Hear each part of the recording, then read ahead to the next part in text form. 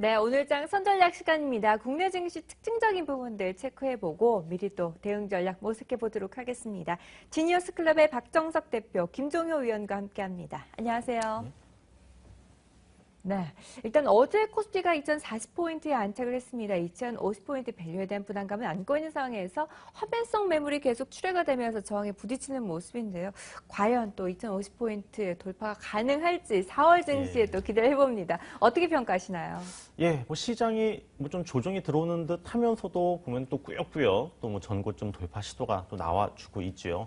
그래서 이제 2050선, 어떻게 보면 이제 그 2100선 그 이후로 가기 위한 하나의 뭐 분수령이 될 수 있는 부분이 아닌가라는 생각이 드는데, 역시 그 중심에는 뭐 외국인들이 있습니다. 뭐 외국인들이 최근까지도 뭐 꾸준하게 또 시장에서 뭐 매수를 해주고 있고, 뭐 중간중간에 뭐 좀 잠시 뭐 매도를 할 때 뭐 시장이 좀 조정이 들어오기도 하지만은 결국에는 외국인들이 풍부한 유동성을 바탕으로 해서 지금 우리 시장에서 계속적으로 매수를 해준다고 하면은 이후에 뭐 시장이 상승할 때 뭐 때문에 상승하느냐, 우리가 이제 그 얘기를 할 때는 뭐 외국인들이 매수를 해주기 때문에 상승한다, 아마 이렇게 뭐 쉽게 풀이가 될 수 있는 부분들이 아닐까라는 생각이 듭니다.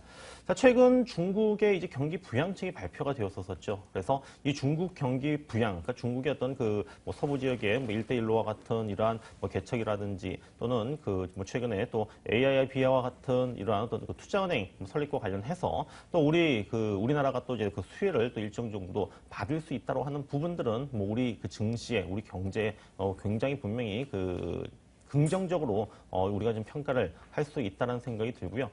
그리고 또 전 세계적으로 이제 이 유동성이라고 하는 부분들, 뭐 미국의 지금 이제 급격한 뭐 금리 인상에 대한, 조기 금리 인상에 대한 우려 부분들이 완화가 되고 있고, 또 우리나라 같은 경우에도 이 국내 지금 기준 금리를 뭐 인하를 하는 등 유동성은 굉장히 좀 풍부합니다. 그래서 이 풍부한 유동성이 이제 과연 증시를 이제 들어올 수 있는 부분에 있어가지고, 자, 어떠한 매개체를 토대로 해서 들어올 수 있을 것인가, 이제 이것이 가장 관건이 아닌가라는 생각이 드는데요.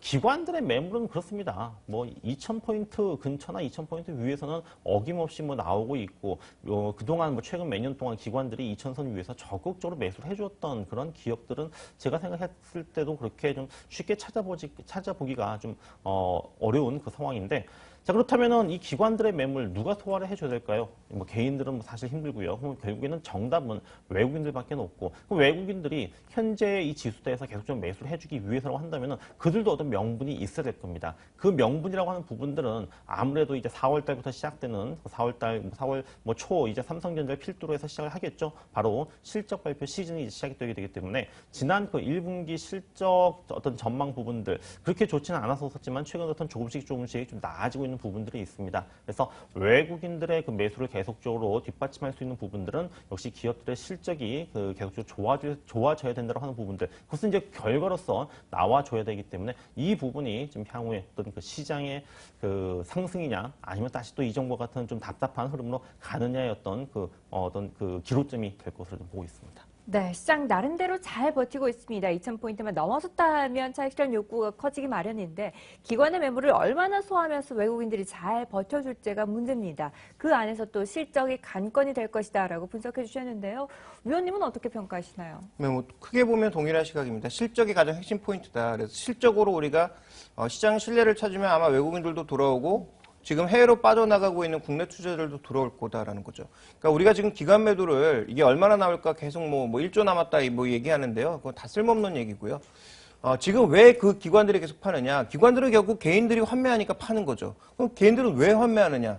지금 우리 시장보다 해외 시장이 더 좋아 보이니까 환매를 하는 겁니다. 그러니까 해외 가서 중국 시장에 투자하면 당장 더 좋은 수익을 올릴 수 있을 것 같으니까 국내 투자 안 하고 위험을 무릅쓰고 해외로 가는 거죠. 또 워낙 국내 금리가 낮다 보니까 국내에 있는 것보다는, 또 국내 기업들에 투자하는 것보다는 해외 기업에 투자하는 게, 되게 가까운 중국에 투자하는 게 더 낫다라고 보고 있고, 실제로 최근에 경제방송에서 보시면 중국 기업들 소개하는 프로그램이 엄청나게 많아졌지 않습니까? 그런 부분들이 이제 반영되고 있다라는 거죠. 그러면 이런 해외 기업들보다 국내 기업들이 더 매력적이다라고 믿음을 줘야 되는 게 실적이라는 거고요. 그 실적이 만약 확인된다면 아마 외국인 매수와 함께 국내 투자자들도 돌아오면서 아마 시장이 좀 더 올라갈 수 있겠죠. 그래서 저는 뭐 실적이 포인트다라고 정리해 보겠습니다. 네, 일단 시장에서 기관 매물이 출회되는 것, 한국 시장보다 해외 증시가 더 매력적이기 때문에 현금성 확보를 위한 측면으로 바라보고 있고 역시나 실적이 중요한 시점이다라고 평가를 해주셨습니다. 반면에 또 중소형주 중심으로는 기관의 매수가 꾸준히 조정 이후에 이어지고 있는 상황인데요. 어제 또 코스닥이 650선을 돌파했죠. 다시 한 번 더 재탈환하는 모습, 게임주들이 견인차 역할을 했습니다. 위메이드와 액토소프트 예. 상한가를 기록했는데 이런 흐름이 이어질까요? 게임주들 일단 그 작년부터 뭐 최근까지 이제 시장 코스닥 시장의 그 중소형주 랠리를 이끌었었던 뭐 핵심 섹터라고 한다면은 뭐 게임주를 빼놓을 수가 없을 겁니다. 네. 근데 그동안 이제 한동안 지금 게임주들 뭐 우리가 지금 뭐 방송에서도 그렇고 그렇게 크게 얘기를 안 했었었죠. 그만큼 이제 게임주들이 좀 쉬었다라고 하는 부분들인데 최근에 이제 시장이 지금 계속적으로 보면은 좀 빠르게 좀 순환매 어떤 흐름들이 좀 보여주고 있고 또 뭐 종목들이 좀 그동안 소외되다 보니까는 가격적인 어떤 메리트도 좀 굉장히 좀 커져 있는 상태이겠죠. 그리고 또 각 기업들마다 게임주 어떤 게임 회사들마다 또 각각의 어떤 재료들 뭐 신작 게임이라든지 아니면은 또 해외 쪽으로의 어떤 진출이라든지 이러한 그 모멘텀들이 있기 때문인데 뭐 어제 같은 경우에도 뭐 말씀을 해주셨던 대로 뭐 액토즈 소프트라든지 위메이드 같은 경우에 주가가 이제 그 상한가를 기록할 수 있었던 부분들은 올라갈 수 있는 그런 그 중요한 그 위치에서 또 역시 재료가 나왔었기 때문이었습니다. 지금 그 위메이드 같은 경우에는 그 미래의 전설 2 이것이 이제 모바일 그 버전으로 이제 중국에 이제 출시가 될 것이다라는 이러한 그 기대 섞인 그 분석들 전망들이 나왔었고요. 또 NC 소프트 같은 경우에도 뭐 텐센트와 그 신작 게임인 그 MXM을 출시를 하고 뭐 최근에 좀 이슈가 되었었던 뭐 경영권 분쟁과 같은 이러한 그 이슈도 좀 어느 정도는 해소가 되는 이러한 그 상황이었었는데 저는 게임주들의 강세를 지금 뭐 본격적으로 간다라기보다도요. 최근에 화장품주의 어떤 그 강세의 어떤 흐름과 저는 뭐 비슷한 어떤 그 맥락으로 좀 보고 있습니다. 화장품주들도 상당히 좀 일정 기간 동안은 좀 쉬는 흐름이었었는데 최근에 이제 뭐 또 중국 모멘텀을 바탕으로 해가지고 또 강한 상승 흐름들이 만들어지고 있잖아요. 이것도 이제 시장이 계속적으로 상승하면서 시장을 갖다가 이제 조정 없이 그 상승을 시키기 위해서라고 한다면은 업종별로 또는 테마별로 돌아가면서 지수를 끌어올려야 되는 부분들이기 때문에 화장품주의 뭐 최근에 한번 끌어주고 이제는 또 다시 한번 게임주들이 또 끌어준다고 하면은 이것이 바로 중소형주 랠리가 계속적으로 연장되는 이런 어떤 그 선순환 어떤 연결고리로 볼 수가 있기 때문에 저는 어떤 그 게임주들의 뭐 최근 강세 흐름은 뭐 좀 더 강한 어떤 흐름들이 만들어질 수는 있겠지만은 어떤 그 전체적인 시장에서 봤을 때는 순환매 차원에서 좀 봐야 되지 않겠는가라고 생각을 하고 있습니다. 네, 이 게임주와 화장품주, 헬스케어주까지 주도주군 중심으로 순환매가 계속 이어지고 있습니다. 특히 게임주 같은 경우에는 신작 게임의 흥행 성패에 따라서 주가 변동성이 크기 때문에 그만큼 리스크도 크다는 점은 유념하셔야겠습니다. 어쨌든 시장이 계속해서 이렇게 순환매가 일어나면서 활기를 띠고 있는 가운데 이제 3월 증시가 마무리되면서 4월 증시 본격적으로 어닝 시즌에 돌입을 하게 됩니다. 첫 거래를 앞두고 있는 상황인데요. 4월 증시 앞으로 유동성과 실적이 쌍끌이할 것이다라는 긍정적인 평가가 나오고 있는데 어떻게 투자 전략을 세워보면 좋을까요? 예, 뭐 4월 증시도 뭐 3월 증시의 연장선상에서 저는 좀 보고 있고요.